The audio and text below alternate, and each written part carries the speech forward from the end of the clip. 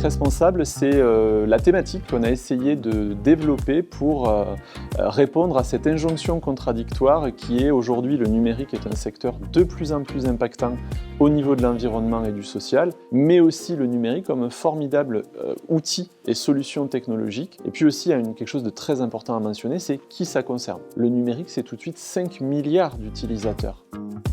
Le numérique, c'est un iceberg. En haut de l'iceberg, la face visible, vous avez les ingénieurs en col blanc de chez Google, vous avez les utilisateurs avec leur dernier smartphone, etc. Mais pour avoir cette partie visible, vous devez vous appuyer sur toute une partie invisible. Au niveau des émissions de gaz à effet de serre, on est à 4%. Entre 5 et 10% de l'électricité mondiale qui est dédiée au numérique. 40 000 enfants qui travaillent dans les mines de République démocratique du Congo pour extraire du cobalt. Bref, aujourd'hui, effectivement, le numérique, sur tout son cycle de vie, impacte autant la planète que la société.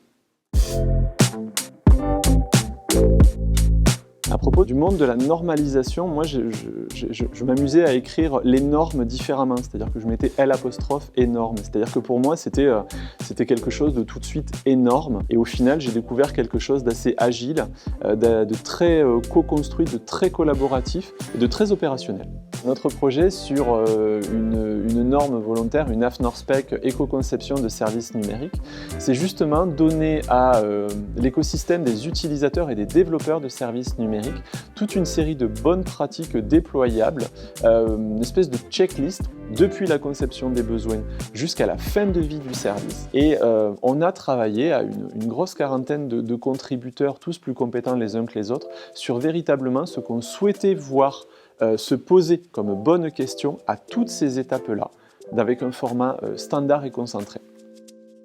Le numérique, finalement, est assez jeune dans son explosion et dans l'explosion de ses usages, donc il n'y a pas de fatalité à le remettre à sa juste place et à développer un numérique plus humaniste. Et puis j'évoquerai aussi la date du 1er février 2026, oui j'anticipe un tout petit peu mais j'ai beaucoup d'espoir là-dedans, pour finalement avoir un standard ISO qui donnerait un cadre global à toutes les organisations pour dire ben voilà, aujourd'hui on a une norme ISO sur l'éco-conception de services numériques, voire de façon plus large de la conception responsable de services numériques.